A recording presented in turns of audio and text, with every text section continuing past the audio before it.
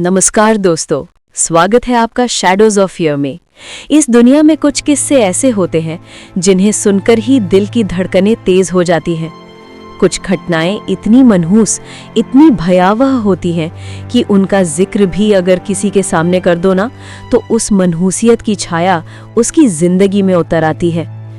तो मैं हाथ जोड़कर आपसे एक विनती कर रहा हूँ, वीडियो शुरू करने से पहले जिस भी ईश्वरीय शक्ति पर आपका विश्वास हो उसका नाम कमेंट में ज़रूर लिख दीजिए, क्योंकि मैं नहीं चाहता कि इस कहानी की वजह से किसी के जीवन में कुछ भी बुरा घटे। आपकी आस्था ही आपकी रक्षा करेगी। तो तैयार हो जाइए, क्योंकि जो कहानी आज मैं आपको सुनाने जा रहा हूँ वो सिर्फ डर नहीं, एक सच्ची सीख भी छोड़ जाएगी। कहानी है एक कपिल की, नवनीत और रुचिका की। 2 साल पहले इनकी शादी हुई थी। एक छोटी सी बच्ची थी, लगभग 1 साल की। नाम था पारुल। तीनों मिलकर धनबाद के एक छोटे से किराए के घर में रह रहे थे। जिंदगी खुशियों से भरी थी। नवनीत सरकारी नौकरी में थे और ट्रांसफर उनकी जिंदगी का हिस्सा बन चुका था। धनबाद में 1 साल भी ठीक से बीता नहीं था कि नए ट्रांसफर का आदेश आया, छिंदवाड़ा। नवनीत को तो इसकी आदत थी, लेकिन रुचिका थोड़ा थक चुकी थी। उसने कहा, हर बार शहर से शहर घूमते रहते हैं, मैं अब किसी खुले शांत गांव जैसे इलाके में रहना चाहती हूँ, जहां हवा में मिट्टी की खुशबू हो, जहां पेड़ों की छांव में बच्ची को झूला झुला सकूं। नवनीत ने बात मान ली और अपने पुराने दोस्त विक्रम को चिट्ठी लिखी, जो छिंदवाड़ा में ही रहता था। उससे कहा, भाई, अगर शहर के बाहर किसी हरे भरे इलाके में बड़ा बंगला मिले, जहां गार्डन हो, थोड़ी खुली जमीन हो, तो मेरे लिए देख लेना। कुछ हफ्तों बाद जवाब आया, भाई, बंगला मिल गया है, बहुत बड़ा, बहुत खूबसूरत, सस्ता किराया और बिल्कुल तुम्हारी पत्नी के पसंद का। बस आ जाओ, मैंने मकान मालिक से बात कर ली है। नवनीत और रुचिका बहुत खुश हुए। सामान बांधा, बच्ची को गोद में लिया और निकल पड़े छिंदवाड़ा के लिए। रास्ते भर रुचिका मुस्कुरा रही थी। उसे लग रहा था जैसे अब जिंदगी बसने वाली है। शाम का वक्त था जब वो बंगले तक पहुंचे। छिंदवाड़ा से करीब 6 किलोमीटर दूर घने पेड़ों और शांत सड़कों के बीच वो घर खड़ा था। एक बड़ा पुराना बंगला, ऊंचे गेट के पीछे से झांकता हुआ जैसे कई राज छिपाए बैठा हो। विक्रम ने ताला खोला। दरवाजा चर-चर की आवाज के साथ खुला और जैसे ही तीनों अंदर गए, हवा में कुछ अजीब सा घुटन भरा एहसास था। हॉल की फर्श पर लाल रंग की धूल जैसी चीज पड़ी थी। रुचिका झुककर देखती है, सिंदूर चारों तरफ फैला हुआ था, जैसे किसी ने मुट्ठियां भर भर के उड़ा दिया हो। विक्रम भी चौंक गया। अरे, कल तो ऐसा कुछ नहीं था। नवनीत ने कहा, कोई मजाक होगा या शायद किसी और ने कुछ गिरा दिया होगा। सफाई करा ली गई, सामान जमाया गया और रात होने तक तीनों थककर सो गए। बंगले के पीछे बहुत बड़ा आंगन था। 3 विशाल पीपल के पेड़, इतने पुराने कि उनकी जड़ों में वक्त का डर समा गया था। रुचिका ने अगले दिन आंगन देखा तो खुश हो गई। वाह, कितना सुंदर है, जैसे किसी पुराने मंदिर का बागान हो। वो धीरे धीरे पेड़ों के पास जाने लगी। तभी बाजू वाले बंगले से एक बुजुर्ग औरत ने आवाज लगाई, बेटी रुको, उन पेड़ों के पास मत जाना। अगर इस घर में चैन से रहना चाहती हो तो उन पेड़ों से दूर रहो। रुचिका रुक गई, थोड़ा मुस्कुराई, फिर अंदर चली गई।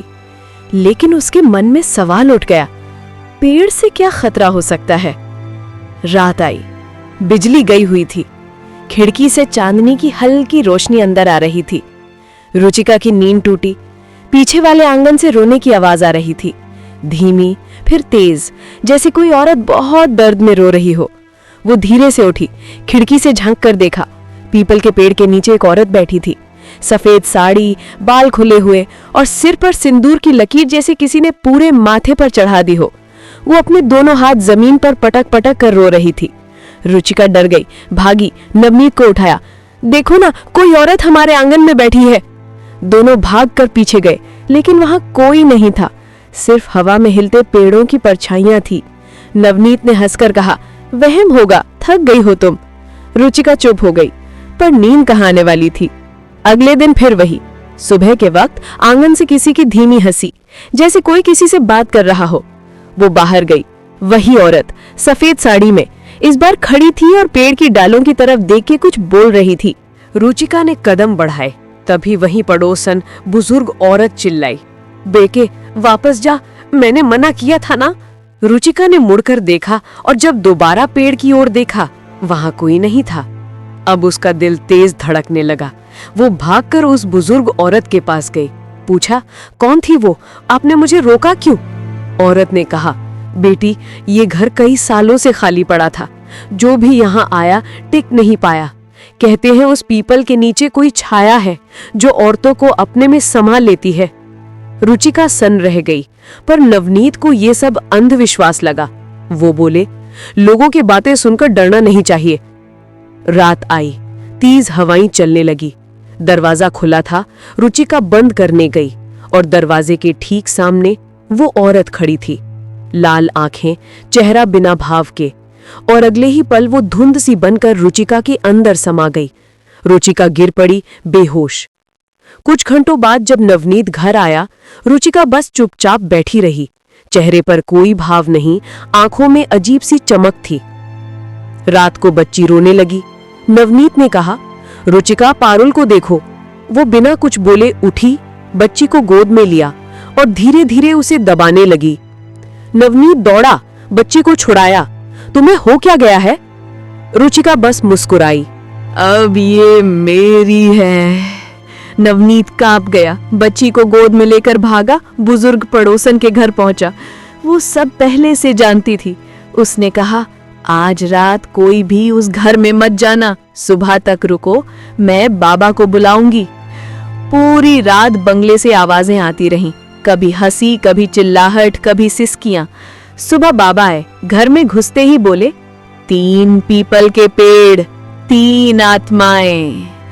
उन्होंने हवन शुरू किया। घंटों तक मंत्र चले, फिर बोले, आज रात अगर एक भी पेड़ नहीं गिरा तो जान लेना ये आत्मा किसी की भी जान ले लेगी। रात का वक्त आया, 1 बजा, 2 बजे, सन्नाटा, सिर्फ टिक टिक टिक करती घड़ी की आवाज। 2:30 बजे हवा का एक झोंका आया, तीनों पेड़ जोर जोर से हिलने लगे और ठीक 3 बजे धड़ाम, तीनों पेड़ जमीन पर गिर गए। उसी समय बंगले के अंदर रुचिका बेहोश होकर गिर पड़ी। बच्ची चुपचाप सो गई। सुबह जब सब जागे, रुचिका जिंदा थी, पर उसे कुछ याद नहीं था, जैसे किसी ने सारी रात उसकी यादें मिटा दी हों। बाबा ने कहा, अब ये घर छोड़ दो, ये जमीन किसी की नहीं, किसी और की है। नवनीत ने बच्ची और पत्नी को लेकर वो घर हमेशा के लिए छोड़ दिया। कई साल गुजर गए, लेकिन वो बंगला आज भी खड़ा है, वीरान, और उसके पीछे के हिस्से में 3 सूखे ठूंठ पड़े हैं, जिन्हें कोई छूता नहीं। और कहते हैं, कभी कभी रात के वक्त वहां से किसी औरत के रोने की आवाज अब भी आती है। सफेद साड़ी में, सिर पर सिंदूर लगाए, वो किसी को खोज रही होती है। तो दोस्तों, अगर आपको मेरी ये कहानी पसंद आई तो वीडियो को लाइक जरूर कीजिए, चैनल शैडोज ऑफ फियर को सब्सक्राइब कीजिए और याद रखिए, हर डर में एक सीख छिपी होती है। कभी कभी जिज्ञासा इंसान को वहां पहुंचा देती है जहां लौटना आसान नहीं होता। तो जब भी कोई आपको किसी जगह से दूर रहने को कहे, हो सकता है वो आपकी जान बचा रहा हो। कल फिर मिलते हैं एक नई डरावनी सच्ची कहानी के साथ। तब तक के लिए सावधान रहिए, सुरक्षित रहिए और याद रखिए, डर भी एक परछाई है, शैडोज ऑफ फियर की।